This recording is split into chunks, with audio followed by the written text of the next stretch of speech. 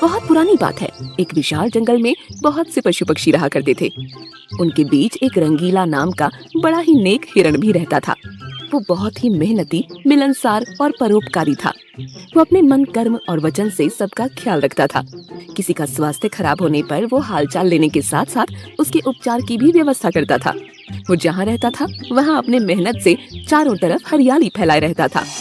एक बार रंगीला स्वयं बीमार पड़ गया। उसे ऐसा बुखार चढ़ा कि उतरने का नाम ही नहीं ले रहा था।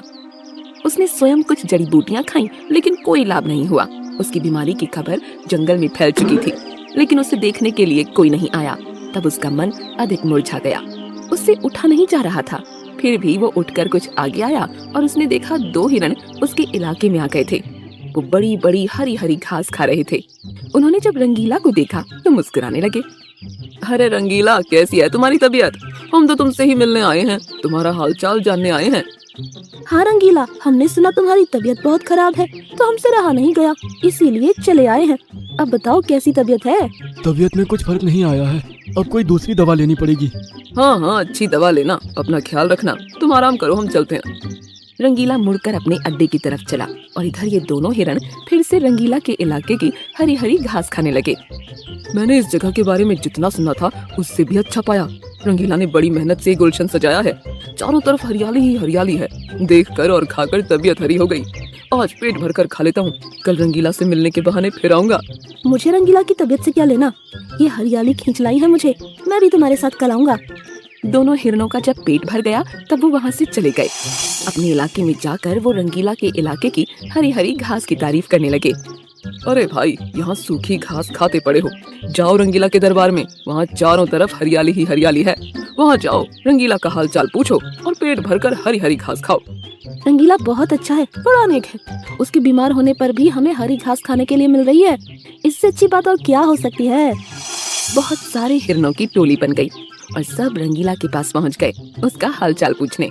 पहले तो रंगीला को इस बात की बड़ी खुशी हुई कि कितने सारे लोग उसका हालचाल जानने के लिए आ गए। उसके बाद का नजारा देखकर उसका सर ही चकरा गया। सारे हिरण उसके इलाके की घास खाने में जुट गए थे। कुछ हिरण फल भी खा रहे थे। उनके पास सर उठाकर इधर उधर देखने की भी फुर्सत नहीं थी। रंगीला बेचारा मन ही मन सोचने लगा कि ये लोग मेरे पास 2 घड़ी भी नहीं रुके और घास खाने के लिए जुट गए। अब यही हाल रहा तो मेरे इलाके की सारी घास साफ हो जाएगी। मेरे खाने के लिए भी कुछ भी शेष नहीं बचेगा।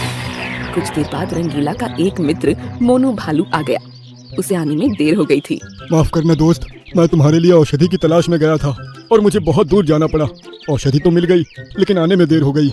इसे तुम खा लो और जल्दी से ठीक हो जाओ। रंगीला ने औषधि खाई और उसे कुछ समय के बाद आराम मिलने लगा। उसका दोस्त मोनू उसके साथ ही रुका रहा। 2 दिन के बाद रंगीला की तबीयत ठीक हो गई, लेकिन उसके खाने के लिए न घास बची थी न कोई फल बचा था। उसकी सारी मेहनत पर पानी फिर गया था। वो उदास हो गया। दोस्त रंगीला, मैं जानता हूँ ये मतलब का संसार है। ज्यादातर सब दोस्ती का दिखावा करते हैं, सब अपने फायदे की सोचते हैं। तुम चिंता मत करो, हम दोनों मिलकर गुलशन सजाएंगे, एक नई दुनिया बनाएंगे। इस कहानी से हमें इस बात की जानकारी मिलती है कि मन में कपट रखने वाले मित्र शत्रु से भी ज्यादा खतरनाक होते हैं। एक जंगल में एक हिरण घास खाने के बाद इधर उधर कूद रहा था। वो बड़ा सिरफिरा था। कभी पूरब में दौड़ता, कभी पश्चिम में, कभी उत्तर में जाता और कभी दक्षिण में छलांग लगाता चला जाता। उसे एक खरगोश ने देखा और समझाया। हिरण भैया, जरा संभल कर कूदो, जंगल का इलाका है, कुछ भी हो सकता है। खरगोश भैया, अपनी तो चाल निराली है, अपनी छलांग मतवाली है। इस जंगल का चप्पा चप्पा मेरे कदमों की आहट पहचानता है। तुम समझे कि नहीं समझे? मुझे लगता है तुम ज्यादा ही समझदार हो। तुम्हें अब समझाना मेरी ना समझी होगी। इतना कहकर खरगोश वहाँ से खिसक गया और हिरण महाराज की उछल कूद जारी ही रही। वो एक बार जोर से दौड़ा और दौड़ता ही चला गया। अचानक सामने पत्तियों के ढेर के पीछे एक गड्ढा आ गया। वो रुकते रुकते फिसल गया और गड्ढे में गिर गया। गड्ढा बड़ा था, इसलिए हिरण ज्यादा डर गया। वो बाहर आने के लिए कूदने लगा, लेकिन आ नहीं पाया। उसके बाद उसने मदद के लिए गुहार लगाना शुरू कर दिया। बचाओ बचाओ, मैं गड्ढे में गिर गया हूँ, निकल नहीं पा रहा हूँ। निकाल लो भाई, इस गरीब की पुकार सुन लो। उस गड्ढे से कुछ दूरी पर एक बंदर आ रहा था। उसके कानों में आवाज पड़ी तो वो चारों तरफ देखने लगा। उसकी समझ में नहीं आ रहा था कि आवाज आ कहाँ से रही है। चारों तरफ तो कोई दिखाई नहीं दे रहा, फिर ये आवाज कहाँ से आ रही है? कहीं कोई भूत तो नहीं?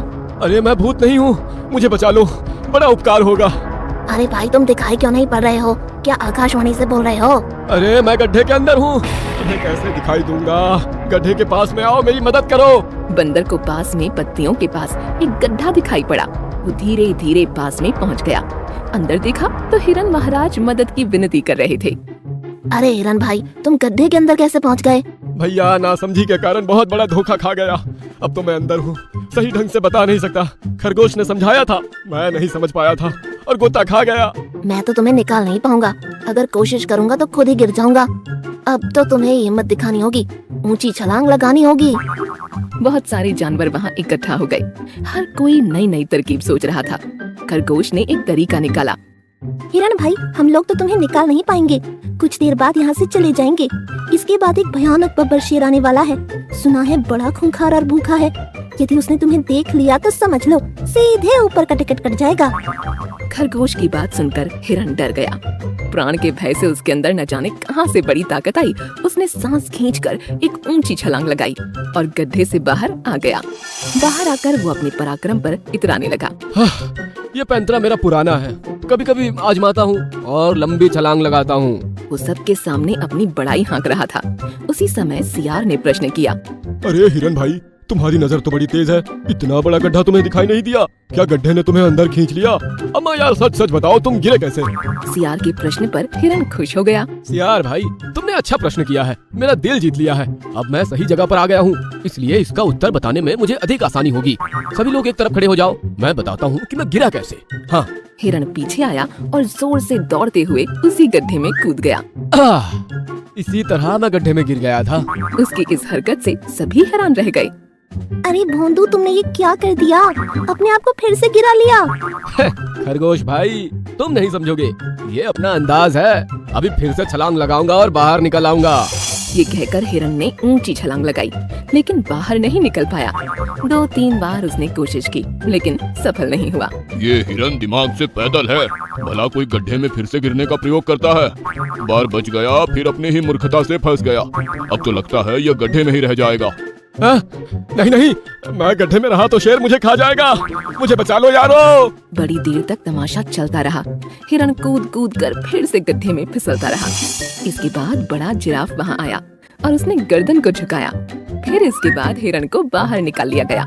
गड्ढे में गिरने के प्रयोग की मूर्खता दोबारा मत करना, वरना अंदर ही रह जाओगे। इस तरह से मूर्ख हिरन की जान बच जाएगी।